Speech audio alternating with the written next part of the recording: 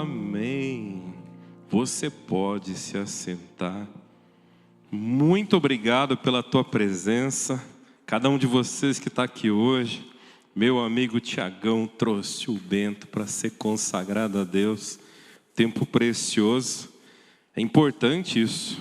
Muitas vezes a gente deixa algumas coisas passarem desapercebidas na nossa vida e a gente acaba esquecendo aquilo que realmente é precioso.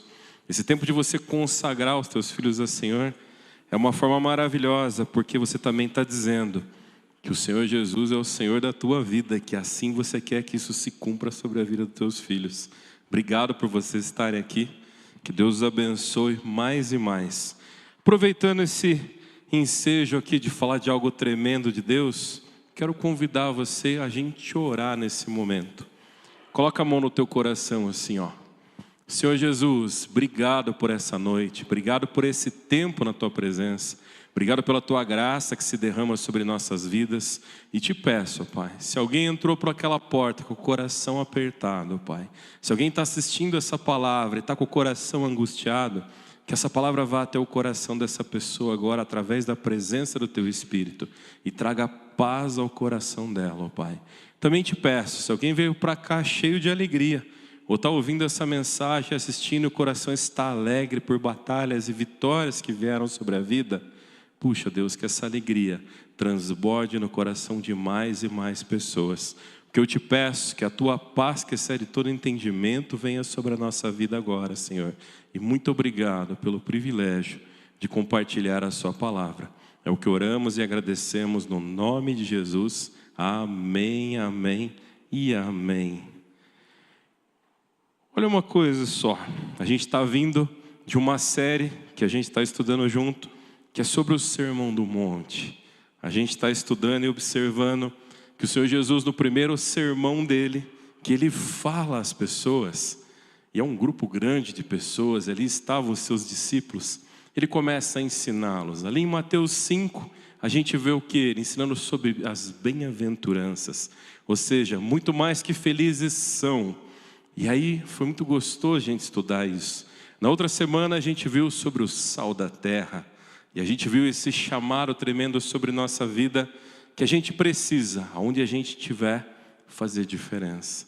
Na semana passada a gente viu sobre a luz do mundo, e é um convite tremendo, onde Jesus fala, vós sois a luz do mundo, aonde ele dizendo, eu sou a luz do mundo, e dizendo a você que você é a luz do mundo, ele está dizendo que o reflexo da glória dele possa brilhar através da sua vida. E nessa noite, a gente encerra essa série do Sermão do Monte. Então a gente vai para Mateus 7, e a gente vai falar sobre o quê? A gente vai falar sobre uma parábola, que ela é curtinha ali na Bíblia, mas ela fala sobre dois construtores, dois homens que haviam construído algo. Talvez você já tenha ouvido uma musiquinha, talvez já ouviu uma história, mas muitas vezes as pessoas falando assim, não construa sua casa sobre areia, construa a casa sobre uma rocha. Foi Jesus quem disse essas palavras, e eu gosto, está em Mateus 7, abre lá a sua Bíblia comigo, Mateus 7, a gente vai ler o versículo 24 ao 27, você pode acompanhar juntinho comigo, a versão que eu vou ler aqui, pode falar algumas palavrinhas diferentes da versão que você está aí, mas fala exatamente a mesma história, tá? Mateus 7, do 24 ao 27. E o texto diz assim, portanto, quem ouve as minhas palavras e as pratica, é como um homem prudente, que construiu a sua casa sobre a rocha. Caiu a chuva, transbordaram os rios, sopraram os ventos e deram contra aquela casa. Mas ela não caiu, porque tinha seus alicerces na rocha. Mas quem ouve essas minhas palavras, mas não as pratica, é como um insensato que construiu a sua casa sobre a areia. Caiu a chuva, transbordaram os rios, sopraram os ventos e deram contra aquela casa. E ela caiu, e foi grande a sua queda. Olha só que interessante. A gente vê a primeira parte do texto, desse Sermão do Monte, falando algo precioso para a gente.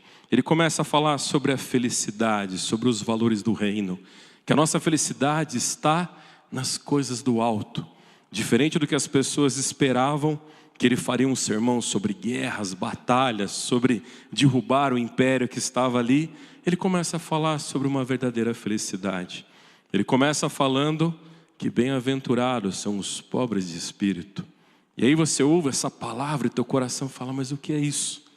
Ele está dizendo que bem-aventurados são aqueles que entendem que espiritualmente não depende de si mesmo, que precisam da presença dele.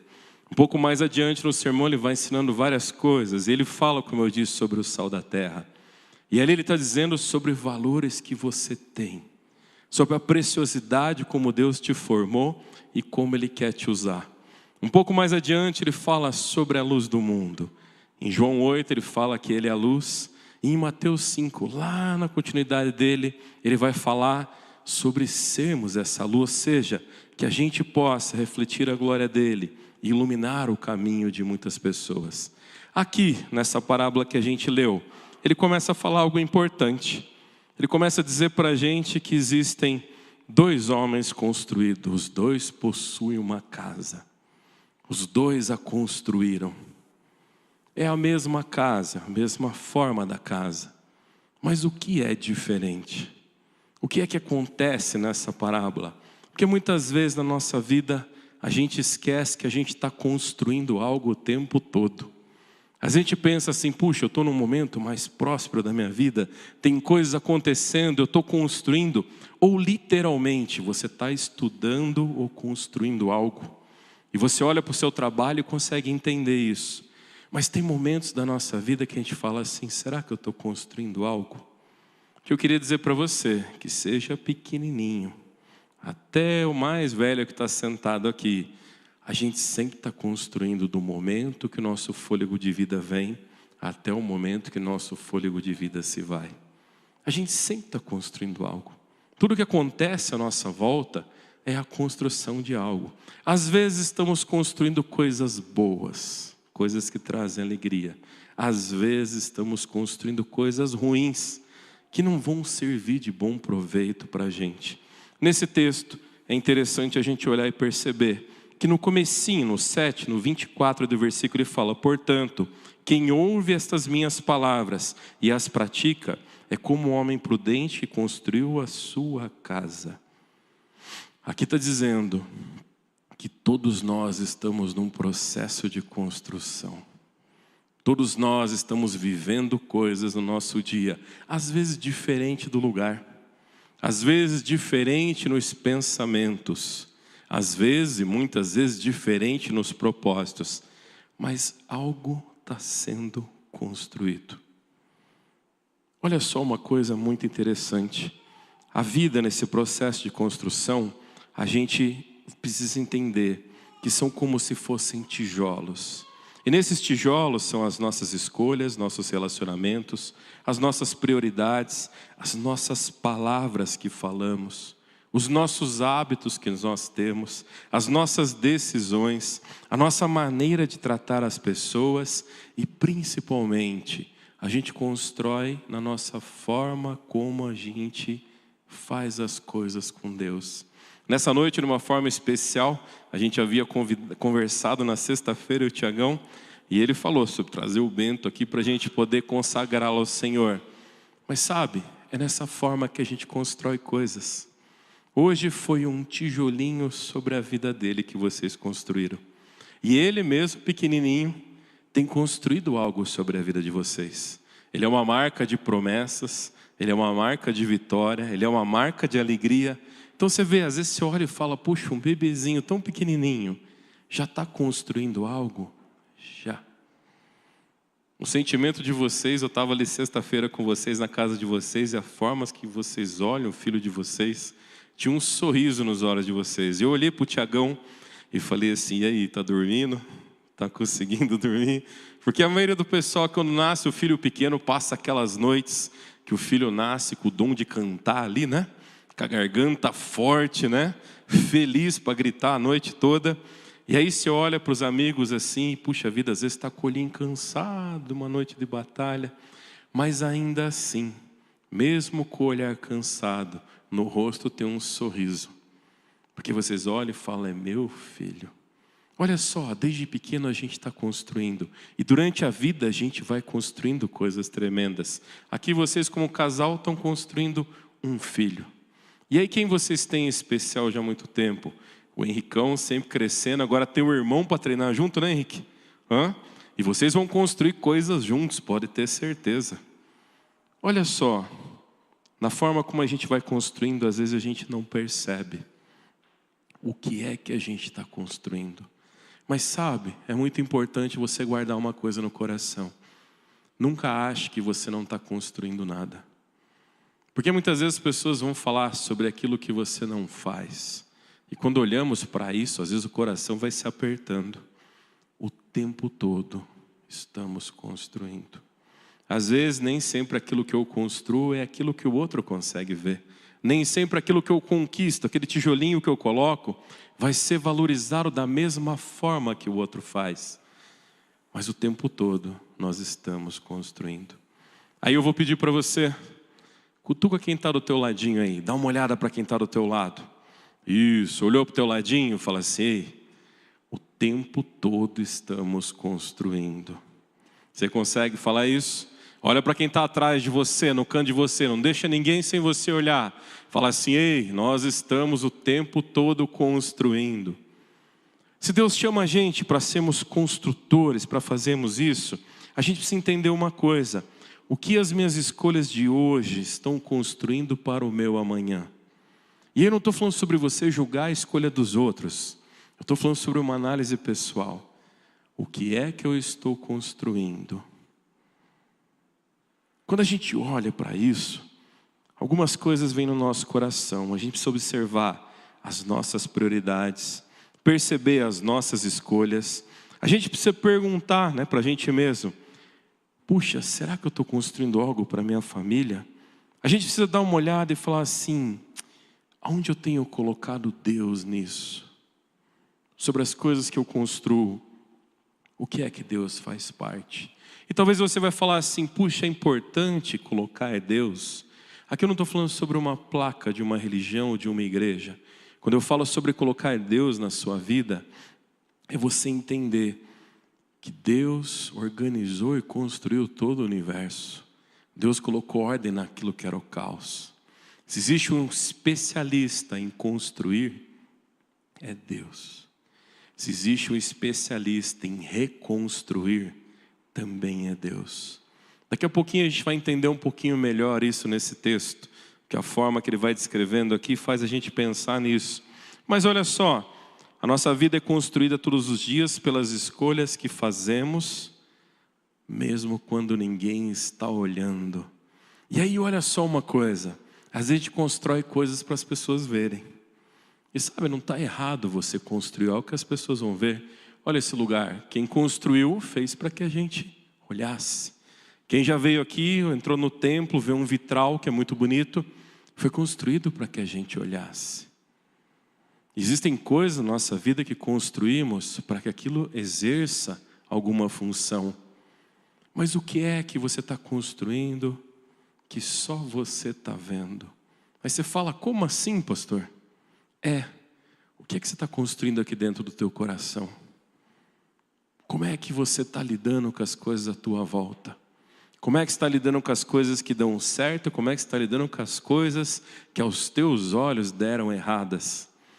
Como é que você está lidando com as coisas que as pessoas te motivam? E como é que você está lidando com as coisas que as pessoas te desmotivam? Como é que você está lidando com as coisas que você valoriza? E como é que você está lidando com as coisas que te desvalorizam? Muito mais importante do que aquilo que é visto ser construído, e não que não seja importante, é sobre aquilo que você constrói dentro de você. Quando esse texto fala sobre isso, ele faz a gente pensar que, puxa vida, a nossa vida precisa ser fundamentada em algo. Sabe, na minha vida teve um momento muito importante que meu pai resolveu passar por um processo de restauração que Deus estava fazendo na vida dele. E entre essas coisas de restauração, ele entendeu que um novo lugar seria importante. E sobre esse novo lugar, a gente se mudou da nossa casa. E a gente foi viver em outra cidade. E quando a gente chegou lá, ele comprou uma casinha para a gente morar. E era um lugar na praia. E foi ali o primeiro lugar onde a gente foi descer nossa mudança que eu vi a Célie. Célie tinha 5, 6 anos, era pequenininha, eu também não era muito grande. E ela queria descarregar o caminhão de mudança da minha casa que a gente chegou lá. Foi ali que eu conheci a minha esposa, não começamos a namorar nessa idade, pode ter certeza. Fomos namorar muito mais para frente. Mas foi a primeira vez que eu vi ela. Mas sabe, essa casa que a gente estava vivendo, ela era construída de uma forma rápida, de uma forma prática. Porque assim, muito do que se construía na praia se fazia de madeira, se fazia rápido, construção, um telhado. E a gente percebeu que esse telhado com o tempo começou a entortar e a casa começou a entortar também. E aí você olhava e falava assim, será que a madeira não é boa? Será que foi construída errada? Será que foi as tempestades que entortaram a casa? E sabe, a gente nunca tinha morado na praia, mas meu pai percebeu que a casa não tinha um bom alicerce. E veio um processo de reconstrução. A gente precisou reconstruir uma parte da casa inteira. E para a gente estar naquela parte da casa, a primeira coisa que o pedreiro ensinou, e eu falo isso porque eu e meu irmão, a gente foi os serventes de pedreiro. Meu pai colocou a gente para ajudar. E foi um aprendizado sensacional. Porque a primeira coisa que ele fez foi a gente cavar o alicerce. Foi a gente fazer os pilares que iriam sustentar a casa.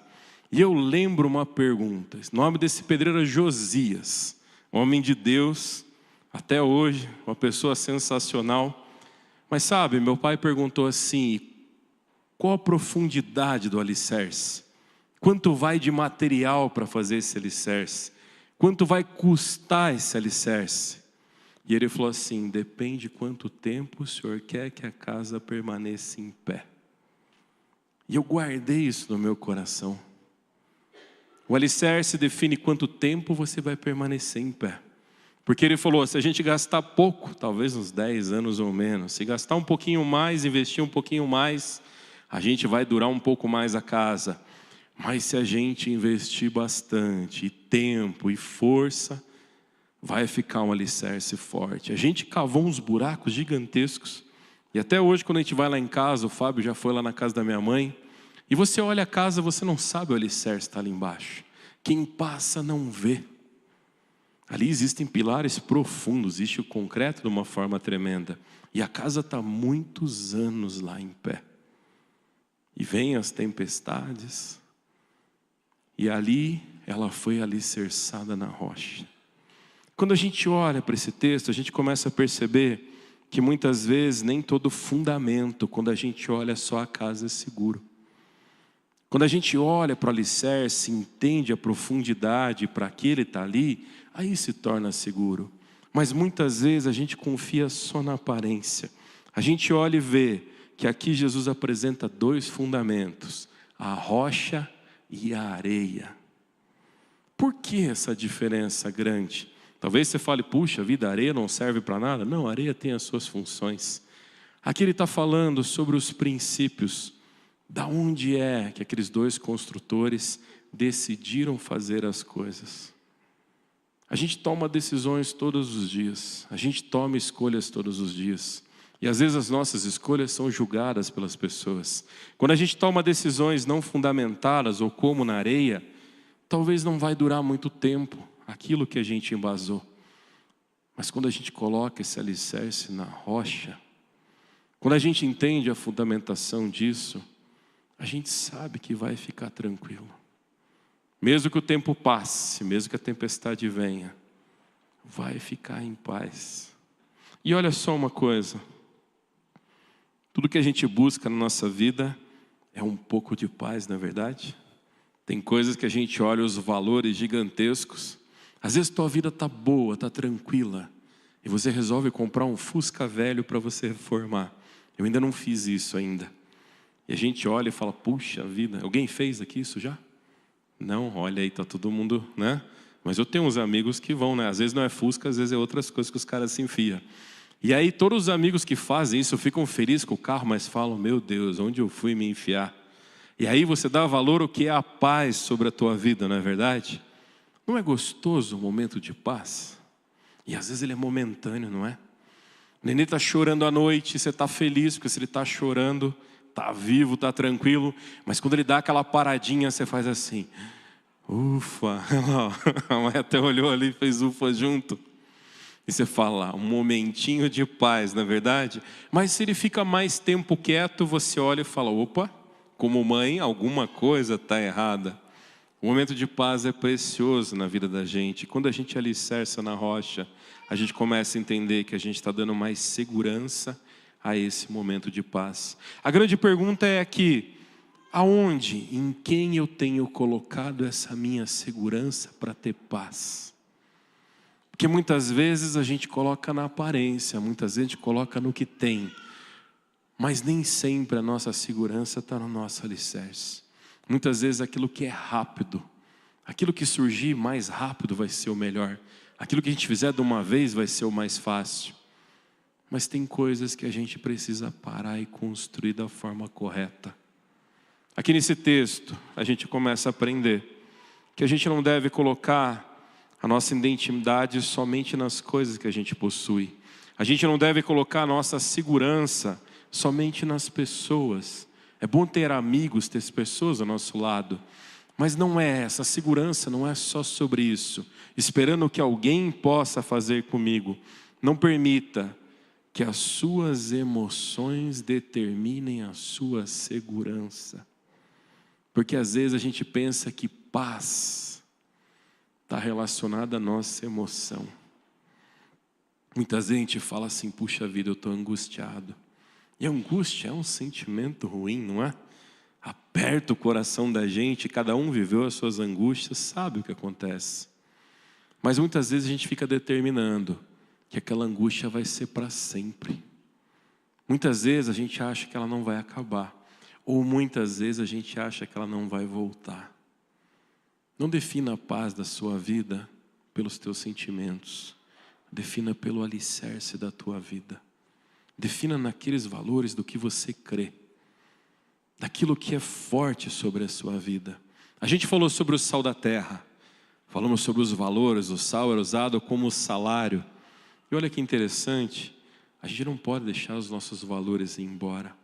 E parte desses valores e princípios tem a ver com o nosso alicerce da onde pisamos.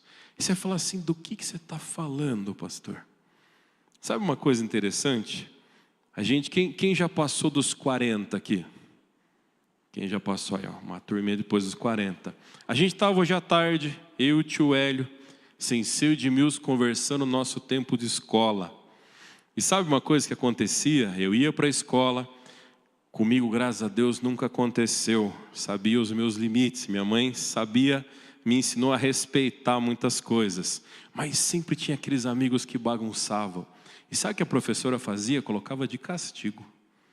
Eu lembro a professora colocava a gente em pé, com o nariz na parede, com as mãos para trás, para a gente pensar no que a gente estava fazendo.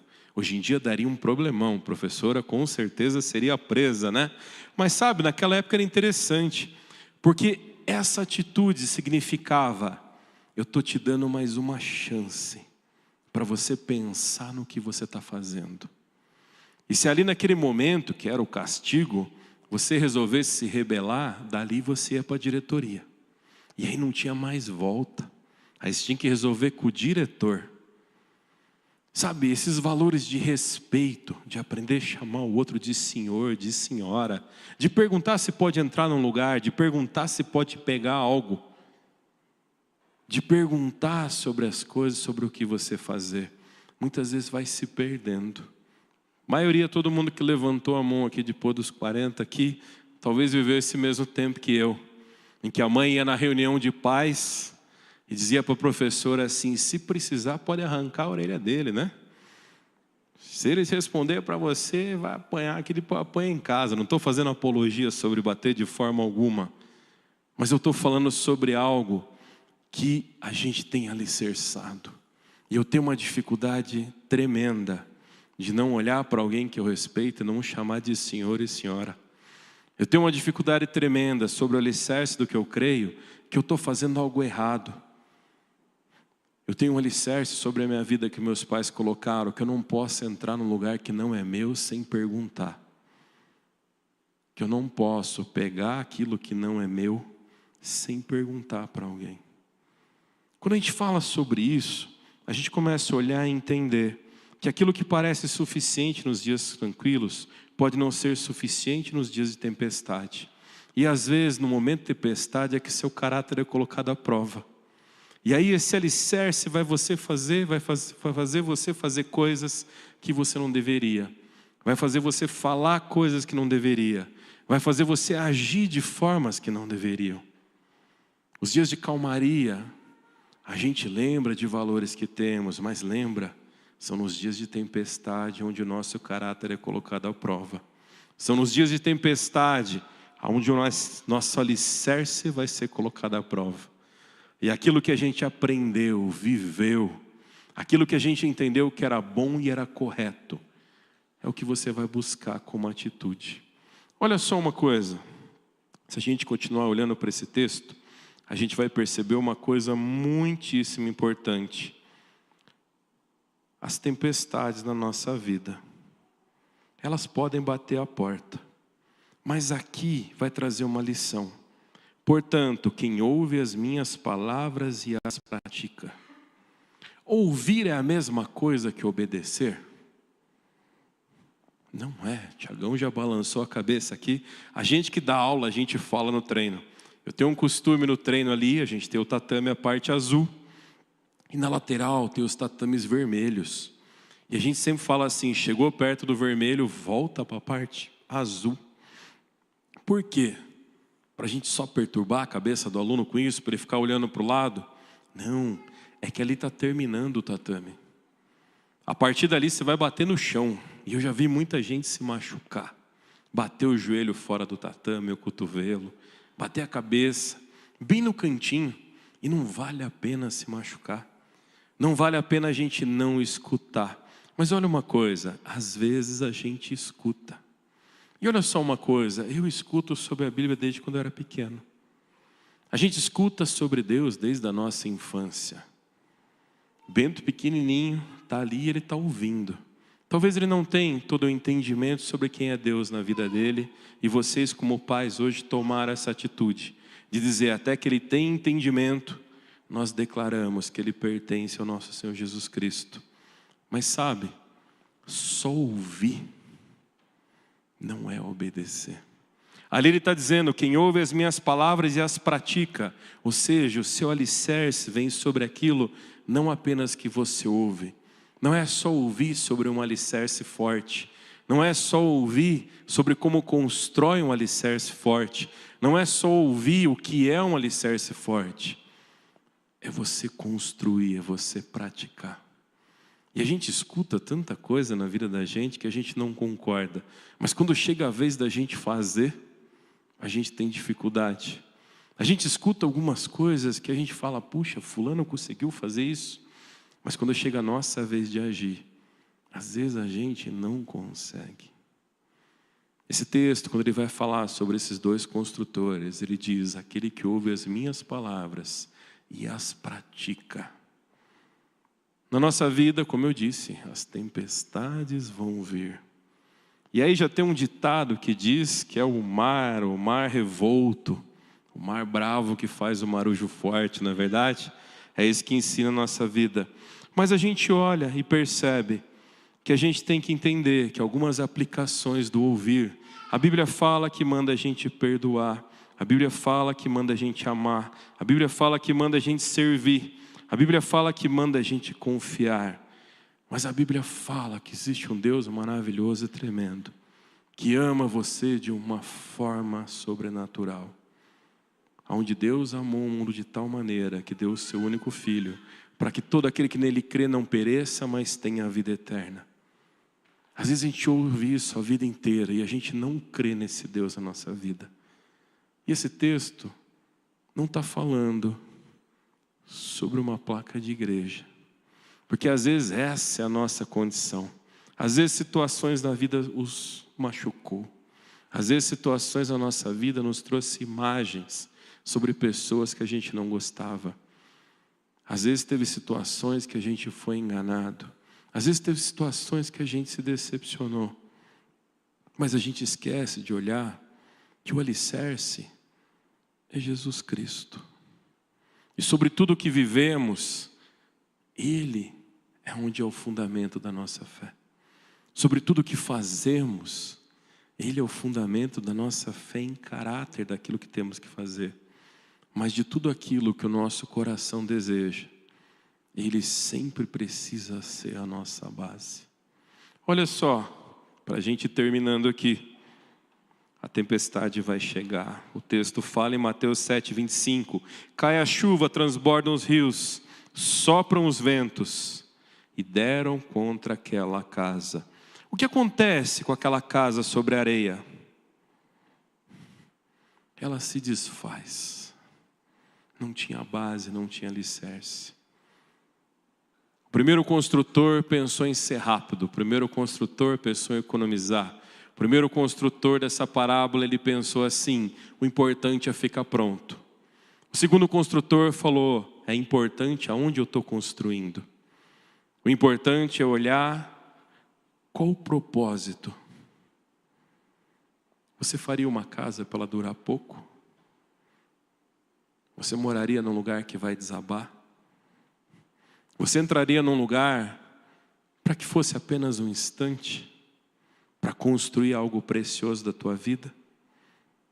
Então a grande pergunta é: aonde está o seu alicerce? Aonde está a sua base? Construa a sua família sobre a palavra, sobre o que a Bíblia ensina. Construa os seus relacionamentos sobre a forma como Deus diz que eles têm que ser. Construa os seus sonhos debaixo da vontade de Deus. Construa a sua fé através da oração e da palavra na sua vida. Mas olha só, construa o seu futuro confiando naquele que permanece desde o princípio. Essa palavra hoje, quando Deus trouxe ela ao meu coração, ela falava sobre muito isso na minha vida. Que viriam tempestades e passariam as tempestades. Haveriam muitas coisas que eu viveria. Haveriam coisas que tornariam o meu dia sensacionalmente feliz. Onde dar glória a Deus sairia de uma forma muito fácil. Mas essa palavra também fala sobre um tempo de dificuldade. E fala que isso é sobre a vida de todo mundo, do justo e do injusto, de todas as pessoas. E às vezes a gente olha à nossa volta e fica julgando o que Deus faz. Esse texto está dizendo que o sol nasce igual para todo mundo, que o sol se põe igual para todo mundo, que a tempestade vem para todo mundo, assim como o dia lindo vem para todo mundo. A grande questão é: aonde está o teu alicerce? Porque o dia bom, talvez você não vai prestar atenção no alicerce. E até porque você vai celebrar as coisas boas que você está vivendo. Depois que a gente passa uma boa luta, né, Tiagão? O que a gente mais quer é comemorar, não é verdade? Mas olha só uma coisa. E no dia da tempestade? Ali onde você tem que parar e lembrar de todas as coisas que você viveu e lembrar quem te sustentou. Deus vai fazer te lembrar de pessoas ao teu lado.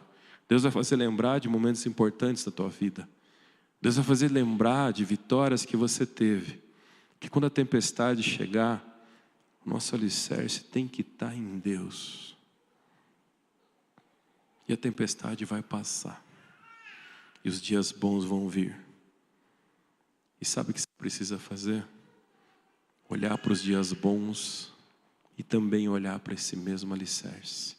Olhar para essa mesma presença de Deus. Olhar sobre esse mesmo lugar e falar: Deus, obrigado. Quando a gente não olha para onde está o alicerce, a gente se esquece daquele que nos sustenta. Que essa palavra possa trazer paz ao teu coração. Para quando os dias bons vierem, você falar: obrigado, Deus. Mas para os dias que as tempestades vierem, você falar: obrigado, Deus, porque eu estou sobre algo firme na minha vida. E assim que isso passar, eu vou continuar firme sobre essa rocha. Senhor Deus, te agradeço, ó Pai, pela vida de cada um aqui nesse lugar. Senhor Deus, eu te agradeço porque muitas tempestades já vieram. Cada um dos meus irmãos que estão aqui sentados passaram batalhas tremendas na vida. São tantas coisas que poderíamos passar a noite aqui ouvindo um por um falando, Senhor. Mas Deus, que estamos aqui agradecendo nessa noite e meditando, é sobre a rocha que o Senhor é nas nossas vidas, ó Pai. Muitas vezes nos esquecemos, nos afastamos e tentamos construir algo longe da Tua presença. E Deus, como isso se desmorona de uma forma tão rápida. Mas Deus, todas as coisas firmadas na Tua palavra, todas as coisas que estão diante da Tua presença, todas as coisas que firmamos na Tua rocha, ó Pai, pode vir a maior tempestade da face da terra, pode vir a maior tormenta sobre a nossa vida, a gente permanece, Senhor, buscando e glorificando o Teu nome. O que eu te peço nessa noite, Senhor, se o coração de alguém continua apertado, que essa pessoa possa olhar e buscar a Tua presença, que ela saiba que o Senhor não é um Deus apenas do se falar, não apenas da mente dos homens, não é um Deus, ó Pai, que foi criado para que algo apenas fosse substituído, mas o Senhor é o Criador de todas as coisas, o Senhor é o dono de todas as coisas sobre a face da terra, e muitas vezes o nosso coração se abala porque nos esquecemos que só o Senhor é Deus. Cuida do coração dos meus amigos, ó Pai. Traz paz ao coração que está apertado.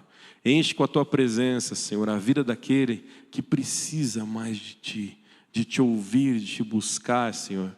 E Deus, traz alegria sobre a casa dos meus amigos, ó Pai. Aqueles que viveram grandes batalhas, traz a lembrança de cada uma dessas vitórias, Senhor. E sobre aqueles que estão vivendo um momento de paz, Senhor, continua fundamentando, ó Pai. Continua através da Tua palavra, através do Teu Espírito Santo ensinando.